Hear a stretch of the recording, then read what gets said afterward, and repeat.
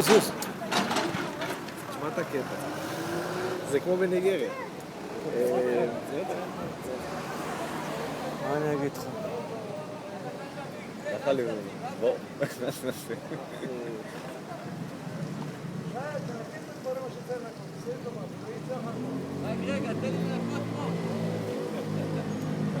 אבל תקנו ממנו את המטל, את הזה של המטל, תערבבו את זה בפנים, שזה יצא מטל לפחות. בפנים, על הריבודים? לא, לשים על הצבע, בתוך הצבע מטל קצת, ואז יצא לכם מטלי, אם כבר עושים.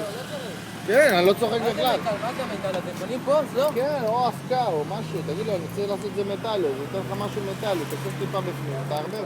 שער, נעשה זה מחר. כן, אני צריך להביא את מיטל. לא, אתה חייב לעשות היום. אתה חייב לעשות היום. היום, מה זה מחר?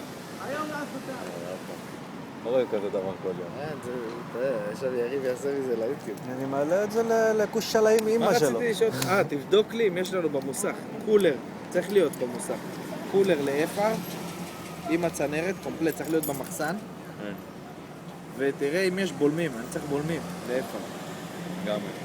אז תראה כמה עולה להזמין, בולמים. לא צריך משהו יקר. יש במה, קויל אוברים או רק בולמים? רק בולמים קדמיים. טוב, בסדר. בסדר? תבדוק, אני אכניס